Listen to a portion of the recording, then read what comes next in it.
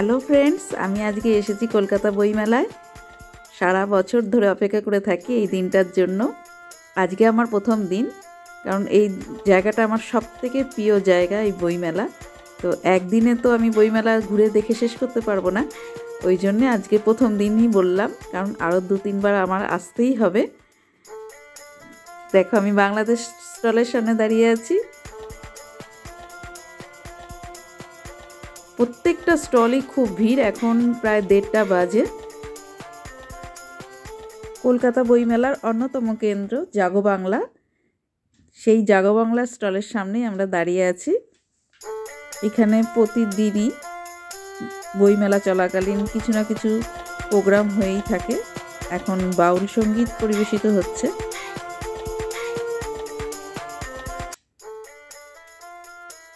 জাগো বাংলার প্রবেশদ্বারেই একটা ফুলের আলপনা, ফুল দিয়ে পুরো আলপনাটা তোমাকে মোহিত করবেই। এই বইমেলা এমন একটা জায়গা যেখানে শুধু বই পাওয়া যায় না, নতুন বন্ধু পাওয়া যায়, হারিয়ে যাওয়া বন্ধু পাওয়া যায়, নতুন সম্পর্ক গড়ে ওঠে, একটা আতিথ্যতা গড়ে ওঠে। এই বইমেলা এমন একটা মিলন ক্ষেত্র, মানুষের সঙ্গে মানুষের মিলন ক্ষেত্র। আমার সৌভাগ্য যে আমি কলকাতায় থাকি আর বইমেলায় আসতে পারি।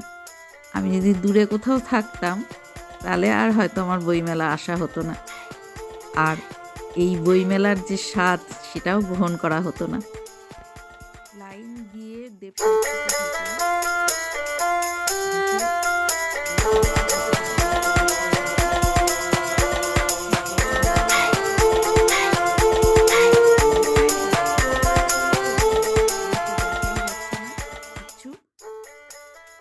কি আর করবো, এই বইগুলো একটু দেখলাম, বাটন দিকে দেখে বেরিয়ে আসলাম। হাট থেকে আসি, বই কার না প্রিয়। বইমেলায় এসে একটা বই না কিনলে একটা অপূর্ণতা থেকে যায় মনের ভেতর।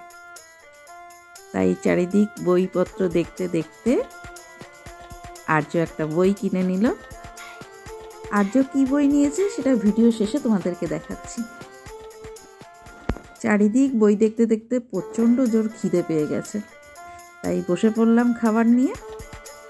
অনেক খোঁজাখুঁজির পর এই জায়গাটা পেয়েছি বসে খাওয়ার জন্য, পোলাও আর সাথে চিকেন কষা।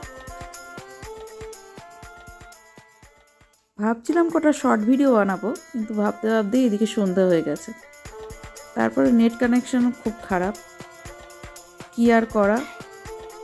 তো ভাবলাম যাই, আমি আর আর্য মিলে যে কটা স্টল দেখা হয়নি সেগুলো অন্তত একটু দেখে আসি, 2-4টে। বেরিয়ে পড়লাম।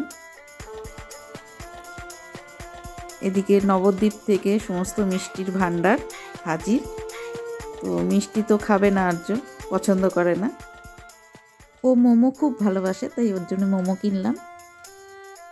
আমি এখন রবীন্দ্রভারতী সোসাইটি স্টলে রয়েছি। এটা আমার কর্তামশাইয়ের অফিসের তরফ থেকে এই স্টলটা দেওয়া হয়েছে বইমেলায়। তো সেই সূত্রেই আমি প্রতি বছর আসি বইমেলায়, আমার সৌভাগ্য। স্টলে এখন টিফিন আওয়ার চলছে, মুড়ি চানাচুর সঙ্গে গরম গরম চা। এমন সময় আমাদের স্টলে হাজির হয়েছেন সোমনাথ দা, সোশ্যাল মিডিয়ায় যিনি দ্বিতীয় রবীন্দ্রনাথ ঠাকুর নামে পরিচিত। সেই সোমনাথ ভদ্র খুব ভালো মানুষ, আমাদের বাড়িতে গিয়েছিলেন একবার। আজকের মতন বইমেলা শেষ।